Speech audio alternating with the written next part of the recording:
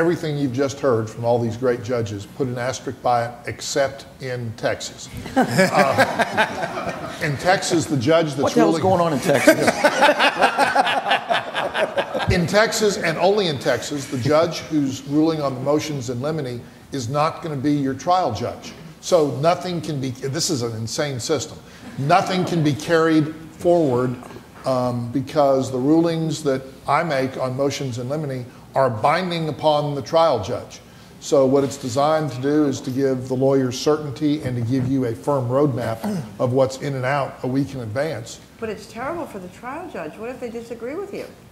A, they're stuck with it Yeah. unless they get my written permission to change the ruling. Now, every trial judge in the state knows that all they have to do is drop me an email and explain why they want to change one of my rulings.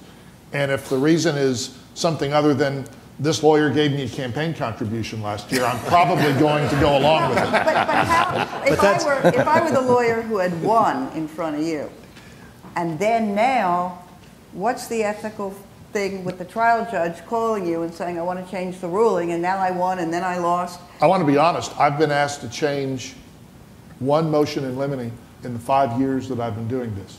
Did In you other say words, yes? What? Did yes. you say yes? Yes, I did. But in 5 years, one time. Most judges in the state are deferring to my rulings on motions in limine, but the judge said, hey, they opened the door. They, you excluded this kind of insurance. It was health insurance. I remember, yeah, we couldn't, the reason we didn't go and get this surgery was because we couldn't afford it. And the defense lawyer said this opens the door to the fact that he has health insurance that he could have used to get this surgery. The plaintiff's lawyer said, well,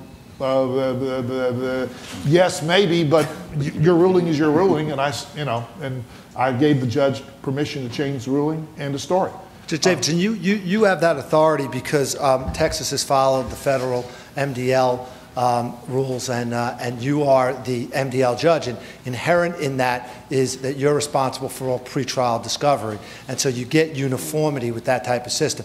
I believe that the state court judges, they don't have that luxury of uniformity. Yeah. The other thing we've done in Texas is I have a defendant's joint motion in limine. It's 287 motions, and 280 of them are granted every trial because we've whittled them down, we've changed them, we've modified them over the years to where anytime I said, well, I go along with this except for that phrase, the next trial it comes back with that phrase eliminated. So the defendants have now created a motion in limine in Texas that they know I'm going to grant almost all the time, and they know which ones I'm going to deny almost all the time. And the plaintiff's lawyers are doing the same thing. They're getting uniformity on motions in limine. I think that there's a lot to say for that model because it does breed consistency and uniformity. But the key is, and I can't believe the Supreme Court got the trial judges or the legislature to go along with this, the trial judge can't change my rulings without my permission,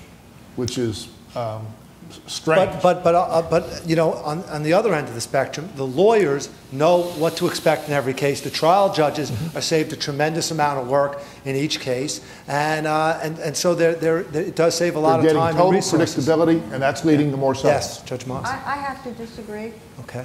And maybe I'm too much of a judge, but as a supervising judge, it's my job to take them up to trial. But I purposely will not do motions in limine because when I was a trial judge, I didn't want somebody telling me what to do because I'm the one that had to make the justification in an opinion later. And as a supervising judge, I want to give my trial judges the complete freedom to be able to decide the way they think is right.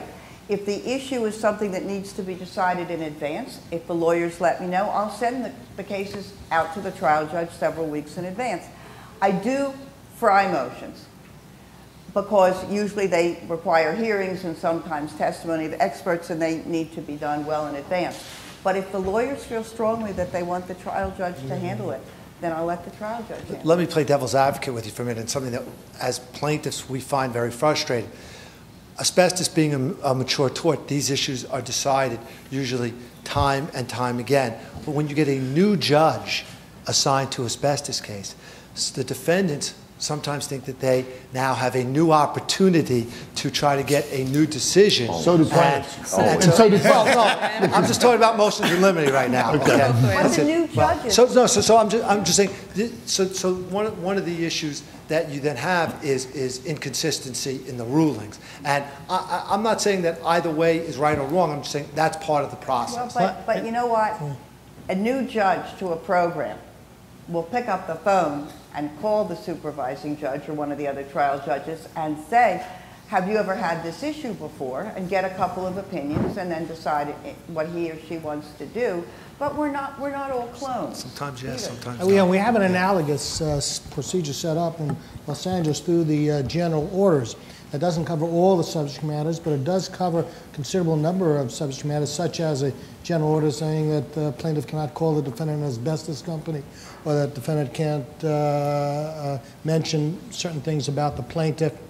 But notwithstanding those general orders, defendants managed to file 150 motions in limine. So it's still left with the same problem, although it hasn't cured it, but it has helped somewhat with general orders. And I think if there was some interest, probably the general orders could be expanded to cover these general subjects that come up in every single case. Yep.